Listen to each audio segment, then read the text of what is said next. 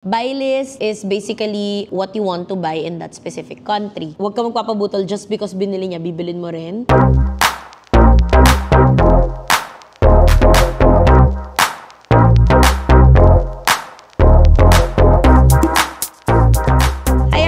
Welcome back to the channel. Today is a very special day because we're gonna be doing skincare haul for the first time. Pero hindi lang to basta-basta haul because this series is called My Pasalubong to Myself. Yes. May pasalubong ako para sa sarili ko because wala naman ako ibang pinapasalubungan. So, better pasalubungan ko yung sarili ko.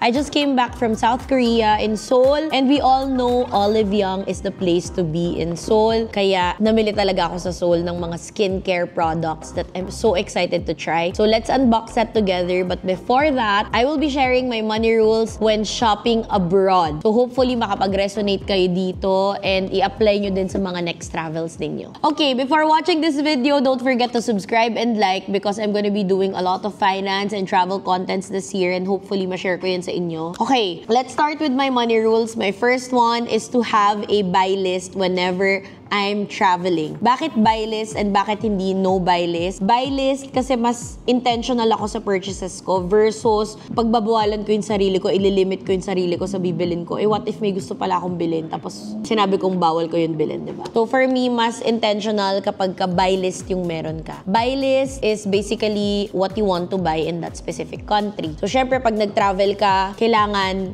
alam mo na yung good na bilhin doon sa country na yon if there's anything that you wanna buy. So for me, in this recent trip to Korea, it was skincare. Like yung nasa buy list ko lang talaga is skincare and scarf, maybe probably Rimowa. So yun yung tatlong sabi ko na I will purchase. And then for treatments, like nag-book talaga kami ng mga treatments na gusto kong ma-experience firsthand in South Korea. Wala sa buy list ko ang clothes, but I was looking for scarves. Nung nagpunta kami ng New, sobrang proud ko kasi bumili din ako ng scarf, a little bit of headband, I think may earrings din akong binili.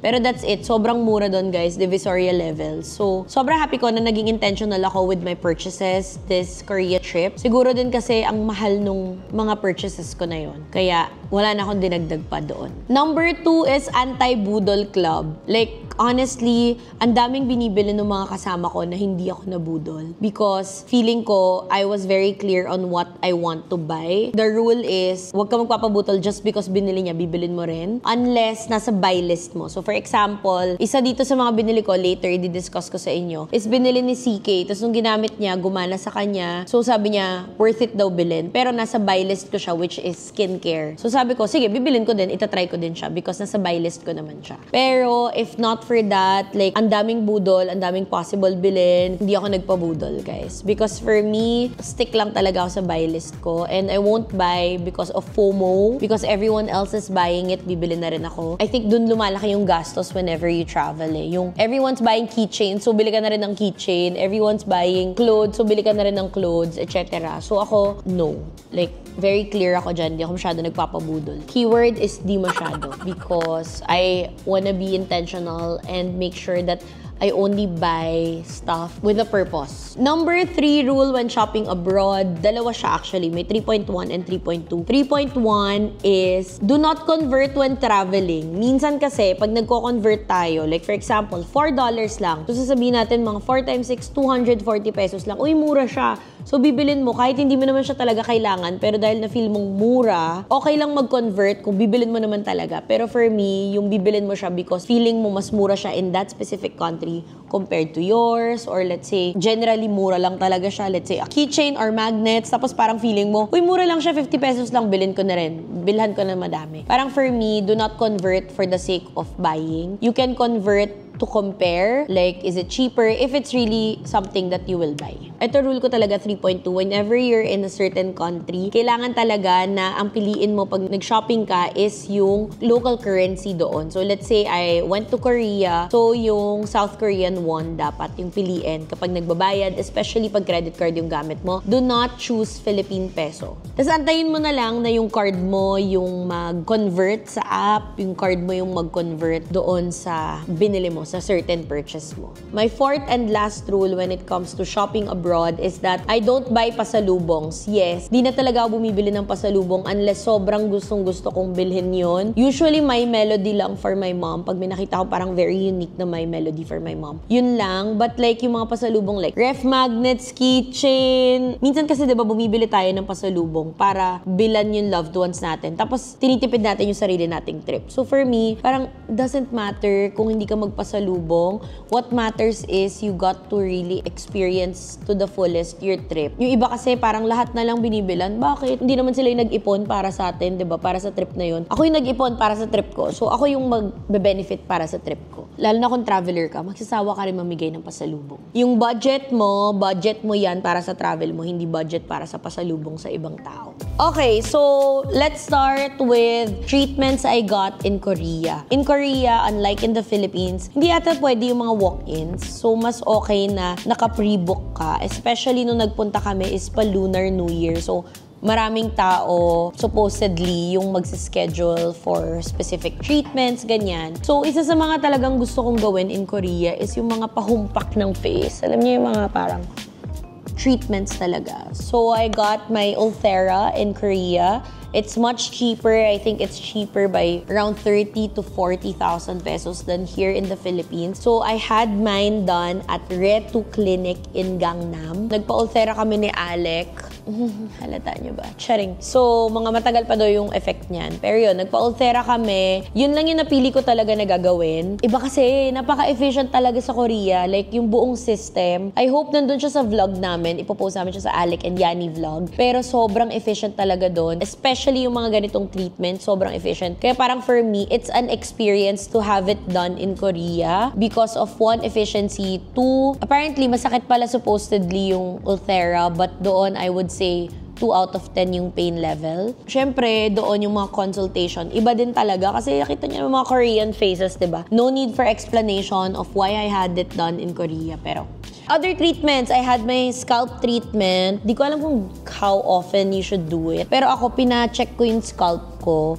Tapos, it was like a long, maybe like 2-hour na session. I had it done at Mo Clock, also in Gangnam. Tapos, we spent around, I would say, 15K for the scalp treatment. So, basically, inassess yung scalp and then they had a lot of things na pinagawa sa scalp namin to make it healthier and mas maganda yung bounce ng hair, I guess. Sobrang relaxing niya. Like, I would say, you should do it if you're in Seoul because grabe yung experience. Like, guys, mag-vlog sana ako, kaya lang nakatulog ako. As in, literally, I think umihilik ako the whole time. So, konting-konti lang yung clips ko. I posted it on TikTok. I'm not sure if meron ako mapopost on the other YouTube, which is Alec and Yani Vlog. The whole procedure was flawless. The whole procedure was something new. First time ko lang din magpa-scalp treatment and binook din namin siya before going to Korea. So, may assessment naman. They would suggest kung ano yung dapat sa'yo na treatment for your scalp based on your scalp analysis. Another one I got is haircut. Yan. Nagpagupit ako in Korea. Ito yung medyo nabudo lang talaga ako.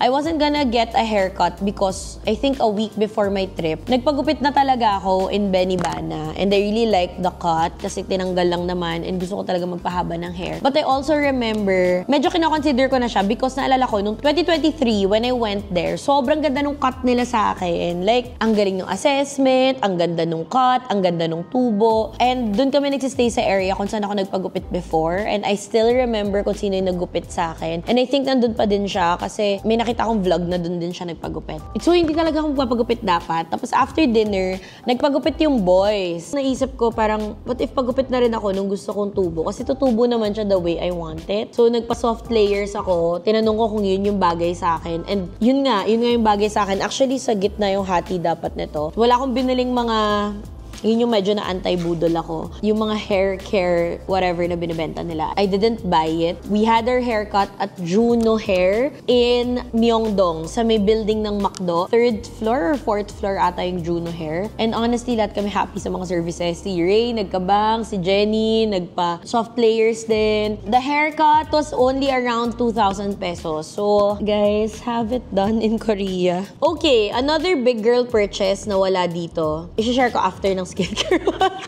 Let's go to the skincare haul. Yay! Guys, ito lang talaga yung buy list ko na bumili ng mga skincare. And if you know me, I'm very, very loyal with my current skincare. Pero I also know how good Korean skincare is. Nung 2023, may binili ako, tapos naubos ko talaga yung mga binili ko up to the last drop, even yung facial wash and all of that. And I think doon na-cure din yung acne ko, ganun. Sabi ko, bibili talaga ako skincare based on my current skin type. And my skin type is really dry. So, alam ko na yung mga ingredients na gusto ko to hydrate my face. So, anything that's hydrating and brightening, I would buy it. So, nag-research ako. Grabe yung research ko dito sa TikTok, no? So, bumili ako Olive Young in Myeongdong. I was so excited. I felt like I was in a playground for ladies. So, ang tip ko sa inyo before going to Olive Young is to have a buy list. As in, mag-research ka sa TikTok, ano yung pwede pag sa skin type mo. I would say it's pretty cheap. As in, cheap talaga siya compared to what I expected. First set that I got, hindi siya talaga set, pero like, ang dami talaga nagre-rave nito on TikTok, is Toriden. So, I got the soothing cream because may hyaluronic acid siya. So, dahil sobrang dry ng face ko, bumili ako ng may hyaluronic. So, unbox natin kasi excited na akong gamitin siya. This is hydrating cream. Okay, so ang meron siya ay soothing cream na nakaganito, and ito siya. This is how it looks like. Excited daw gamitin. Kasi grabe daw talaga yung mga dry face, like, masasolve siya nito. And then, I also got a mask. So, ito, yung Toriden mask. Nasa top din siya sa Olive Young. Again, may hyaluronic acid siya. So, hopefully, pag binabad ko yung face ko dito, gabi-gabi, like, lumambot yung face ko, levels, ganun. Lumambot and maging moisturized. So, 5D multi-low molecular hyaluronic acid. Honestly, I'm not good with skincare, but I know that sobrang match sa akin ng hyaluronic. Like, nawawala yung pagiging dry ng face ko, mas kumakapit yung makeup ko, all of those things. So, this one is mask serum. So, serum siya, pero in a mask form. And then, of course, I got the serum. I think this is 2x2. Gosh, nakalimutan ko magkano to. Okay, oh my gosh, ang dami niyang laman. Ang dami niyang laman. Wait. So, there's serum, refill, and then soothing cream and multipad. So, there's serum, brightening. Okay, matatry ko. Ayan yung maganda. Marami siyang skincare. So, matatry ko yung iba. Brightening, firming, as multipad. Oh my gosh, ang ganda! Wow, ang gaan. Para siyang water. Next is this one. May cream. Oh my gosh, refill! So, parang tatlo siya. Pag naubos to, may refill pa siya. Alam nyo, this year, di ko talaga titipirin yung mukha ko sa skincare. Kasi usually, tinitipid ko.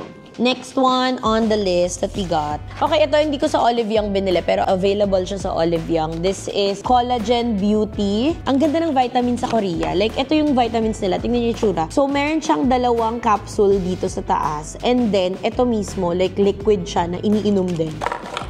This box has 5 collagen. This is from BB Lab. Apparently, popular din siya, but I'm just gonna try it. I don't know if it's gonna work, but this is Collagen Beauty. So, pag nakita ninyo na glowing ako, maybe this is because of the BB Lab Beauty Collagen. Ito, ginamit ko na yung next is, I'm really a fan of CosRX. Like, CosRX really saved my face in the past. It's very expensive here in the Philippines. So, nung nakita ko to, sabi ko, shocks, parang gusto ko siya itry. May hyaluronic acid, NAG, and amino acid. So, it claims to even out your skin tone, hydrates, firms, and smoothens your skin tone, yung pores, tsaka it improves skin texture. And honestly, lahat yun yung pinaka-problema ko. CosRX 6-peptide skin booster. Honestly, nagamit ko na to for like 3 days in Korea kasi nung first night ko to binili or second night. Very light lang siya sa face, but I'm excited to see if i-combine ko siya with Toriden. And I'll update you guys via stories. This one is also very cheap. I think 600, 700. Ganun. Oh my gosh, may binili pa pala akong Toriden. May isa pa pala akong Toriden. Yung feedback nila dito sa TikTok is 1,000/10. Ganong levels. So this is solid lip essence. So ano siya, parang lip gloss. Ganon. Excited ako kasi, lahat na lang excited ako, diba? Excited ako kasi sobrang dry ng lips ko. Oh, 3 pala siya. Okay. Dahil nakakalimutan ko mag-moisturize ng lips. Medyo na-sold ako na meron siyang pouch na ganito. Para hindi ko makalimutan mag-prime ng lips. Cute, diba? I'm excited to try this. Halos lahat may freebie sa Toriden. I would say very affordable si Toriden. Ano pa yung next? Sobrang konti lang yung binili ko. Ay, oo nga. Another COSRX product, ito talaga yung nagsalba sa face ko before nung marami akong acne. Binili ko siya for Alec kasi gusto rin ni Alec matry yung mga COSRX. This is the low pH Good Morning Gel Cleanser. This is so cheap. Like 300 ata to sa Korea. And dito binibenta to, I think mga 600, 700, ganun. So nung nakita ko siya, parang my college self would be so happy to use it again. Kasi before, hindi ko to afford. So ngayon, binili ko siya. I like my facial wash right now, pero I'll probably go back to this and use full Korean skincare. So sabi ko nga, ang bibilin ko lang, hyaluronic and vitamin C. Kasi pag vitamin C, brightening siya ng face. So ngayon, minsan kasi dahil parati tayo naaarawan, ganyan, medyo pigmented na yung medyo ano na yung face ko, medyo maarte na siya. A lot of people are raving about this. Kumabuksan pero this is Mediheal. 1+1 na naman siya. So, 2 piraso na naman siya. Ang mura talaga. Inis ako kasi sobrang mura talaga sa Korea.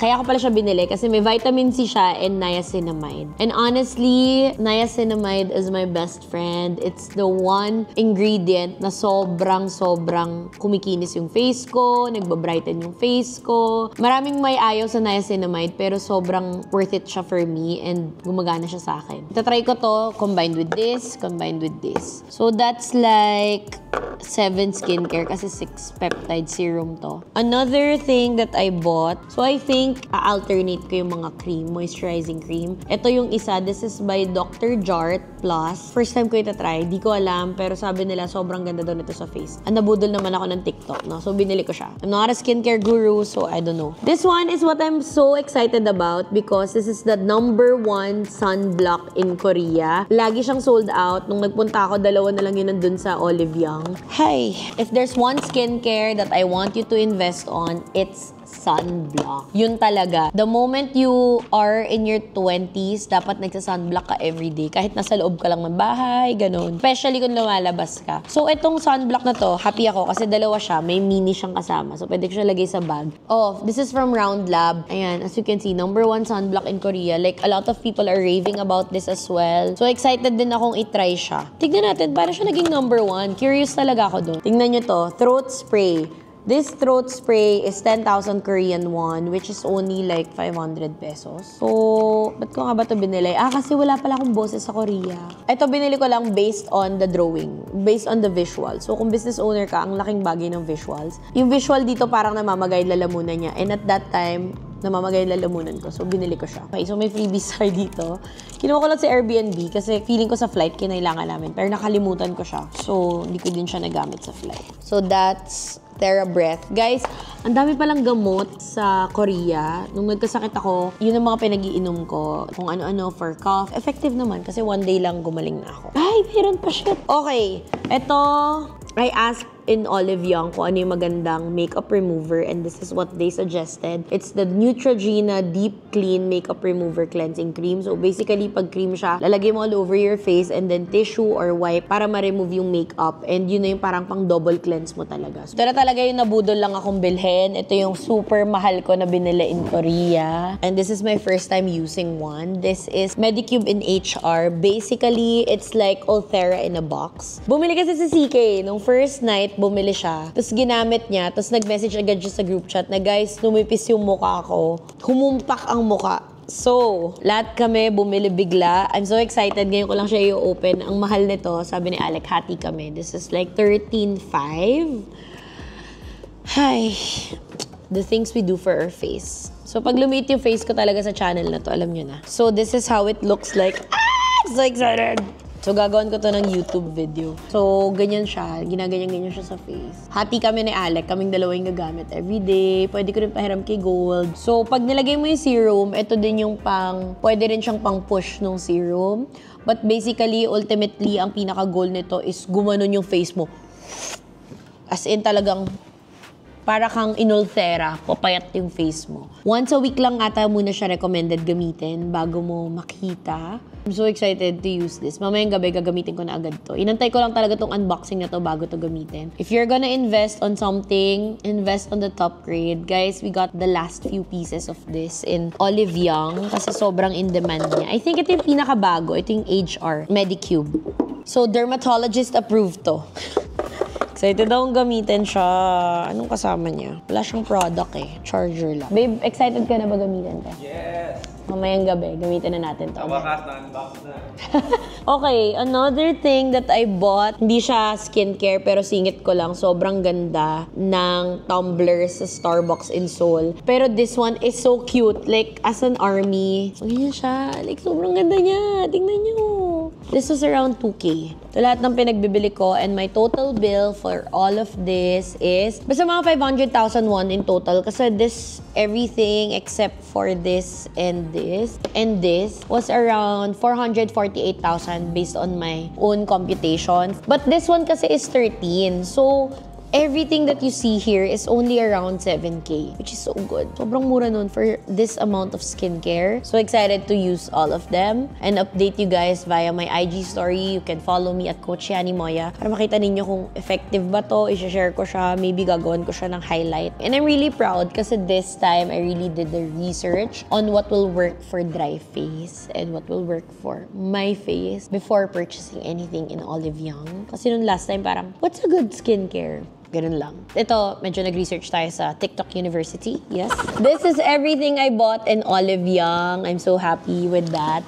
And I've got another big girl purchase. Yung big girl purchase ko, guys, first time ko bumili ng Rimowa trunk. It's much cheaper in Korea. Kinongrats ako nila, Bika. Kasi bibili talaga ako ng Rimowa kasi nga mas mura doon. Like, it's cheaper by 14,000 pesos. Pero late ko na-realize na yung added luggage ko, ganun din yung presyo. So, technically, nag-balance lang siya. I'm just so happy because I was able to buy and purchase something. Nilagyan ko siya ng sticker ng Seoul. If you know, Rimowa, may mga stickers yan per country. Nilagyan ko siya ng sticker ng Seoul to remind me that na doon ko siya nabili. And it's also a manifestation technique to travel the world this year using my bag, using that one bag. So I finally got it. That's a big girl purchase. I'm really proud of myself for working hard to be able to afford good quality travel essentials. So yon, final words for you guys. Have a buy list. If you can put a budget on it, a number on it, mas okay yon. Have a buy list of what you wanna buy so you can be more intentional when you're shopping abroad because it can get so tempting to just purchase and buy, especially if mas mura dun yung mga certain stuff that you want. Yeah, that's it. Thank you so much for watching this video. Comment nyo dyan kung anong product yung nire-rave ninyo, kung may na-try na kayo dito sa mga product dito. See you on the next video. Bye!